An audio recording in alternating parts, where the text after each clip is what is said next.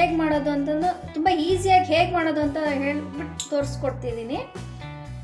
ಏನಪ್ಪ ಅಂದರೆ ಎಲ್ಲಾದರೂ ಫಂಕ್ಷನ್ಗೆ ಅಲ್ಲಿ ಇಲ್ಲಿ ಹೋಗಿರ್ತೀವಲ್ವ, ಆ ಟೈಮಲ್ಲಿ ಬಂದು ಅಡುಗೆ ಮಾಡೋಕ್ಕೆ ತುಂಬ ಬೇಜಾರಾದಾಗ, ತುಂಬ ಏನೋ ಹುಷಾರಿಲ್ದಿರೋ ಟೈಮಲ್ಲಿ, ಆ ಟೈಮಲ್ಲೆಲ್ಲ ಈ ಥರದ್ದು ಮಾಡ್ಕೊಂಡು ತಿನ್ನೋಕ್ಕೆ ತುಂಬ ಚೆನ್ನಾಗಿರುತ್ತೆ ಇದು. ಆಮೇಲೆ ಹೆಲ್ತಿಗೆ ಕೂಡ ತುಂಬ ಒಳ್ಳೆಯದು.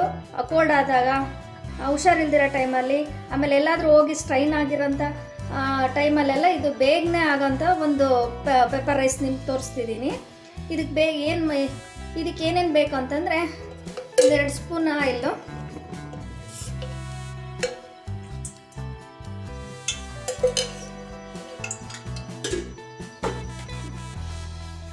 3 ಸ್ಪೂನ್ ಆಯಿಲು, ಮತ್ತು ಸ್ವಲ್ಪ ಸಾಸಿವೆ,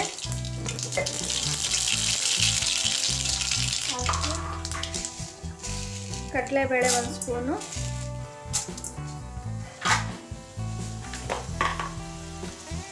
ಉದ್ದಿನಬೇಳೆ 1 ಸ್ಪೂನು, ಸ್ವಲ್ಪ ಜೀರಿಗೆ,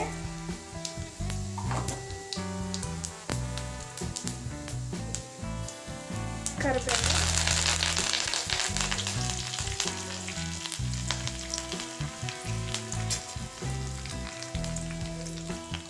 ಎರಡು ಹಸಿಮೆಣಸಿನ್ಕಾಯಿ, 2, ಯಾಕಂದರೆ ಪೆಪ್ಪರ್ ಹಾಕೋದ್ರಿಂದ ಸ್ವಲ್ಪ ಖಾರ ಆಗುತ್ತೆ, ಮತ್ತು ಶುಂಠಿ ಬೆಳ್ಳುಳ್ಳಿ ಪೇಸ್ಟ್ ಹಾಕೋದ್ರಿಂದ ಸ್ವಲ್ಪ ಖಾರ ಆಗುತ್ತೆ.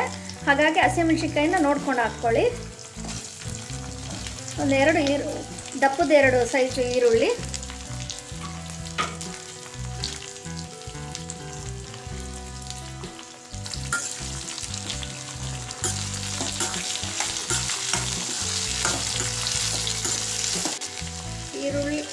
ಈರುಳ್ಳಿ ಸ್ವಲ್ಪ ಬಾಡಿದ್ಮೇಲೆ ಸ್ವಲ್ಪ ಶುಂಠಿ ಬೆಳ್ಳುಳ್ಳಿ ಪೇಸ್ಟು 1 ಸ್ಪೂನು,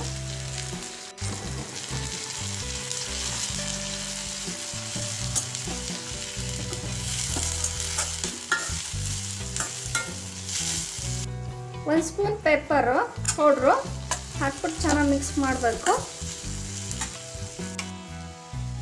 ಸ್ವಲ್ಪ ಕೊತ್ತಂಬರಿ ಸೊಪ್ಪು,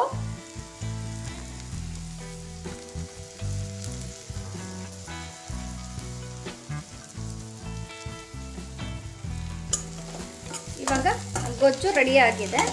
ಸೊ ನೀವು ನೋಡ್ಕೊಂಡು ನಿಮ್ಗೆ ಅನ್ನಕ್ಕೆ ಎಷ್ಟಕ್ಕೆ ಬೇಕೋ ಅಷ್ಟಕ್ಕೆ ಕಲಿಸ್ಕೋಬೋದು.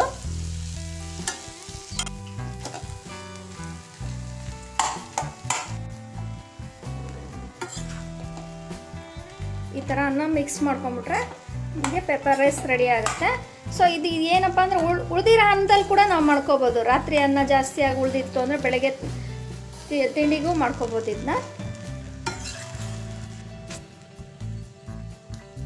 ರುಚಿಗೆ ತಕ್ಕಷ್ಟು ಉಪ್ಪು,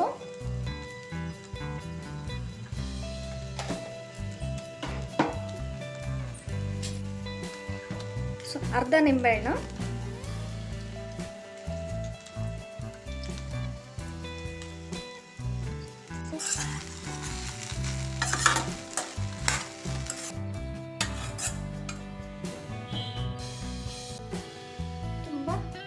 ರುಚಿಕರವಾದಂಥ ಪೆಪ್ಪರ್ ರೈಸ್ ರೆಡಿ. ತುಂಬ ಬೇಗನೆ ಆಗೋಂಥದ್ದು, ಈಸಿಯಾಗಿ ಆಗೋವಂಥದ್ದು ಪೆಪ್ಪರ್ ರೈಸ್.